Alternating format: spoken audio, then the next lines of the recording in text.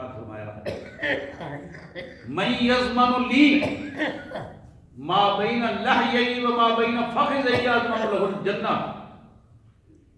سیاستہ کی یہ حدیث ہے، جو شخص مجھے دو چیزوں کی ایمان کے بعد دو چیزوں کی ضمانت دے، اس کی زبان اور اس کی شرمگاہ اللہ کے قانون کے خلاف استعمال نہیں ہوگی، میں اس کو جنت کی ضمانت دیتا ہوں.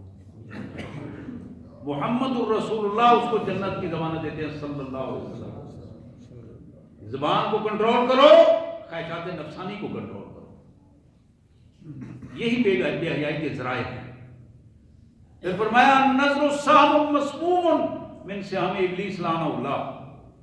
یہ تمہاری نگاہ ابلیس کے زہر آلود تیروں میں سے ایک تیر ہے جس سے وہ شکار کرتا ہے.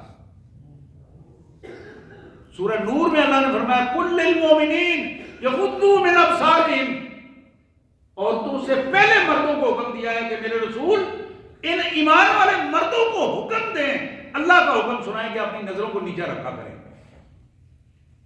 اپنی نگاہوں کو نیچا رکھا کریں.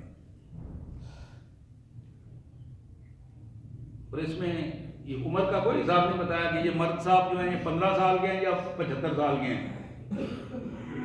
مومن جو بھی ایماندار ہے اس کے لیے اللہ کا حکم ہے کہ اس کے ایمان کا تقاضا ہے کہ وہ اپنی نگاہوں کو نیچا رکھے، اس میں حیاداری پیدا کرے. اس لیے کہ یہ نگاہ جو ہے یہی برائی کی بنیاد فراہم کرتی ہے. آخر میں پانچویں بات جو بتائی بلا تقتلوا النفس التي حرم اللہ الا بالحق، کسی شخص کو قتل کرنا یہ انسانیت کا قتل ہے. حرام کاموں میں بدترین حرام کام ہے کسی کی یہاں تک بندہ پہنچ جائے کہ دوسرے کی جان لینے جان کا دشمن ہو جائے، جان لینے کی کوشش کرتا ہے.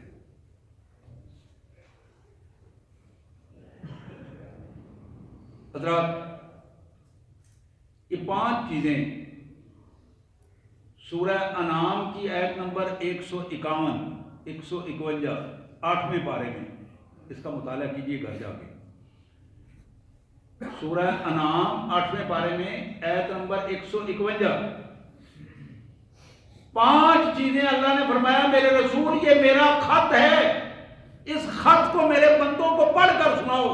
قل اتلو علیکم اتلو ما حرم ربکم علیکم، ان کو بتاؤ کہ میرے رب نے جو مجھے لکھ کر بھیجا ہے خط وہ تمہیں میں پڑھ کر سنا رہا ہوں. یہ 5 چیزیں تمہارے رب نے حرام کی ہیں تم پر. پہلی چیز کیا تھی کہ شرک حرام ہے. شرک کا میں نے بتایا، اللہ نے فرمایا کہ وَمَن لَّمْ يَحْكُم بِمَا أَنزَلَ اللَّهُ فَأُولَٰئِكَ هُمُ الظَّالِمُونَ. جو شخص اللہ کے نازل کردہ قانون کے مطابق فیصلہ نہیں کرتا وہ سب سے بڑا مشرک ہے. سب سے بڑا مشرک وہ ہے، وہ اس سے بھی بدترین مشرک ہے جو قبر کو سجدہ کرتا ہے، اس سے بھی بڑا مشرک وہ ہے جو اللہ کے قانون کے نفاذ میں رکاوٹ بنتا ہے. دوسری بات، والدین کے ساتھ رویے میں بد اخلاقی، بد سلوکی، بد زبانی یہ حرام کام ہے. اس سے بچنے کی کوشش کرو. یہ جو نفس ہے نا، میں اس کو مار دو، مٹا دے اپنی ہستی کو اگر کچھ مرتبہ چاہے کہ دانا خاک میں مل کر گل و گلزار ہوتا ہے. والدین کے سامنے اپنے آپ کو بالکل ایسے سمجھو کہ آپ ان کے زر خرید غلام و نوکر ہو. قرآن نے کہا کہ تمہارے کندھے ان کے لیے جھکے رہنے چاہیے خدمت کے لیے. تمہارے حقوق نہیں ہیں، ان کے حقوق ہیں. تمہارے ذمہ ان کے حقوق ہیں پورے کرنے کے. ان کے حقوق اللہ نے ان کو الگ بتا دیے ہیں، وہ اپنے حقوق پورے کریں گے. لیکن کسی کی یہ ذمہ داری نہیں ہے کہ وہ ماں یا باپ کو یہ کہے کہ تم نے میرے لیے کیا کیا ہے، آپ نے میرے لیے کیا کیا ہے، آپ نے ہمارے لیے یہ نہیں کیا اور یہ کیا ہے.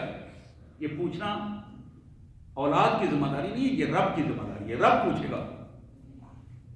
لیکن اگر میں نے اپنی ذمہ داری ادا نہیں کی بحیثیت اولاد پھر مجھ سے پوچھا جائے گا کہ تم نے اپنے والدین کے حوالے سے یہ ذمہ داری کیوں نہیں ادا کی؟ تیسری بات بتائی گئی اپنی اولادوں کو قتل نہ کرو. یہ والدین کو حکم دیا گیا اولادوں کی تربیت کرو، ان کی صحت کا خیال رکھو، ان کے گھر کا نظام ٹھیک کرو.